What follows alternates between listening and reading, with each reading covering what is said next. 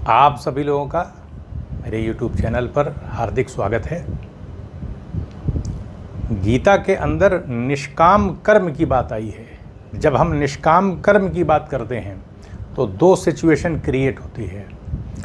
एक सिचुएशन ये है कि हम किसी भी कर्म को जब करने वाले होते हैं तो सिलेक्शन का एक आता है, विकल्प रहता है कि हम किसी न किसी चीज़ का सिलेक्शन करते हैं और सिलेक्शन कहीं ना कहीं उसकी महत्ता को देख के ही करते हैं कि किस काम को हम करने जा रहे हैं, उससे क्या हमको लाभ मिल सकता है। क्योंकि तो ये हमारी प्रवृत्ति है, स्वभाव है कि हम जब किसी भी कार्य का चयन करेंगे तो उसमें कहीं ना कहीं फल के ऊपर भी हमारी निगाह रहेगी, दृष्टि रहेगी। तो इस आधार पर फल का हम चयन तो करने में स्वतंत्र हैं, उसको फल को देख कर या उसकी महत्ता या उसकी भूमिका को देखकर हम उसका सिलेक्शन तो कर सकते हैं। लेकिन जब हम कर्म करने लगें तो फिर उसमें निष्काम कर्म की यानी कर्तव्य की भावना से फिर उस कर्म को करना चाहिए। यानी फिर उस कर्म के अंदर जब हम उसको करने लगें तब फिर उसके प्रति हमारी आसक्ति, लगाव नहीं होना चाहिए। हम अपने को कर्ता ना माने, क्योंकि जब हम अपने को कर्ता मानने लगते हैं तो अहंकार की वजह से ऐसा होता है। तो इसलिए कर्म के सिलेक्शन में तो हमारी स्वतंत्रता है कि हम फल देख करके उसका चुनाव कर सकते हैं, क्योंकि ये प्रवृत्तिगत है। हम इस प्रवृत्ति को, स्वभाव को हटा नहीं सकते। लेकिन जब हम उस काम को करने लगें तब उस काम को करने के संदर्भ में फिर हमें आसक्ति को त्यागना पड़ेगा, कर्तव्य की भावना से उसको करना पड़ेगा, उसके परिणाम को ईश्वर के ऊपर छोड़ देना पड़ेगा। यानी हम खुद को कर्ता ना माने, बस कर्तव्य की भावना से उसको करें और उसके परिणाम को छोड़ दें, उसके परिणाम पर ध्यान न रखें, क्योंकि परिणाम हमारे हाथ में नहीं है। कर्मण्येवाधिकारस्ते मा फलेषु कदाचन। इस संदेश में एकदम स्पष्टता है कि मनुष्य का कर्म करने में तो अधिकार है, लेकिन उसके फल को प्राप्त करने में उसका अधिकार नहीं, उसकी सीमा से परे मामला है। क्योंकि अधिकार की प्राप्ति यानी उसके फल की प्राप्ति जो है वो बहुत सारी शर्तों पर हो सकता हो, आधारित हो जाए, परिस्थितियों के आधार पर हो जाए, कोई घटना घट जाए। तो इससे लाभ क्या होगा? जब हम कोई कर्म करेंगे और उसको ईश्वर के ऊपर छोड़ देंगे, कर्तव्य की भावना से करेंगे, तो उसमें परिणाम चाहे जैसा आएगा तो हमारे ऊपर उसका कोई दुष्प्रभाव नहीं पड़ेगा। और जब हम आसक्ति के साथ कर्म करेंगे तो फिर उसको मानी सी बात हमको दुख की प्राप्ति होगी। हो सकता है हम उदास हो जाएं, हम अपने साथ कुछ भी कर सकते हैं, लोग जान तक दे देते हैं, कूद जाते हैं। जीवन भर असफलता जो है वो कहीं ना कहीं घेरे रखती है, उदासी रहती है। तो इसलिए हमारा जीवन समाज के अंदर सही ढंग से संचालित हो सके, इसके लिए आवश्यक है कि हम कर्म के अंदर जो फल होता है जब करने लगे तो उसका त्याग कर दें, हम अपने को कर्ता ना माने। इससे बोझ भी हमारा हल्का रहता है। दूसरी बात आती है कि कर्म ना करने में भी आसक्ति नहीं रखनी चाहिए। यानी संदेश ये है कि ऐसा हो सकता है लगातार असफलता मिल रही है, कर्म कर रहे हैं, सफलता नहीं मिल रही है, क्योंकि हमने तो ईश्वर पर छोड़ रखा है। ऐसी मानसिकता है तो कोई दिक्कत नहीं है। लेकिन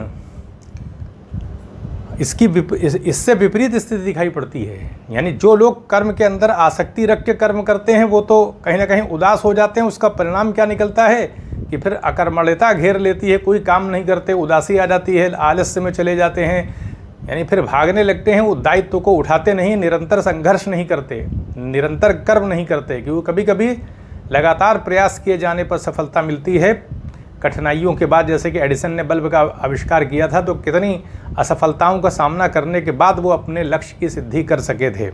तो इसलिए कर्म न करने में भी आसक्ति नहीं होनी चाहिए। यानी जब हम कोई कार्य कर रहे हैं तो उसमें असफलता मिल रही है तो उस पर ध्यान नहीं देना चाहिए, क्योंकि हमारा फल पे ध्यान नहीं है, कर्म पर ध्यान है। तो हमारे लिए स्थिति सकारात्मक होगी। लेकिन कर्म न करने के प्रति जो लोग आसक्ति रख के कर्म करते हैं तो उनके साथ ये मामले आ जाते हैं कि वो फिर उदासीन हो जाते हैं। कर्म न करने के अंदर एक न करने की प्रवृत्ति एक उनके अंदर डेवलप हो जाती है। एक ऐसा हम कहते हैं खिंचाव, एक आसक्ति कि हम कोई काम नहीं करेंगे किसी प्रकार से। अब जीवन में मैंने बहुत देख लिया, इतना संघर्ष किया, कुछ मिला नहीं, ये तमाम तरह की बातें लोग करते हैं। तो इनसे भी हमें बचना होगा। इस प्रकार से अपनी मनोभावना को प्रकट नहीं करना है, क्योंकि जीवन में संघर्ष बहुत कठिन से कठिन रूप लेकर के सामने आ जाता है। लेकिन बहुत सारे लोगों ने सफलता प्राप्त की है। तो इस आधार पर हमें उदासी, आलस्य, कर्तव्य से विमुखता जैसी स्थिति होती है उससे हटते हुए निरंतर कर्म करना है और उसमें आसक्ति नहीं करना है। सिलेक्शन करें तो कोई ना कोई टारगेट लेकर ही हम किसी चीज़ का सिलेक्शन करेंगे और फिर कर्म करने लगें। अब उस कर्म के फल को ईश्वर पर छोड़ दिया जाए और कर्तव्य की भावना से जितना भी हमारे अंदर क्वालिटी हमारे अंदर है या जितनी क्षमता हमारे अंदर है उसको अच्छे से एग्जीक्यूट करने की कोशिश की जानी चाहिए। सबसे अच्छा ये है कि जब हम कर्म करते हैं तो जितनी गुणवत्ता का विकास होगा उसकी सिद्धि की संभावना भी बढ़ जाएगी।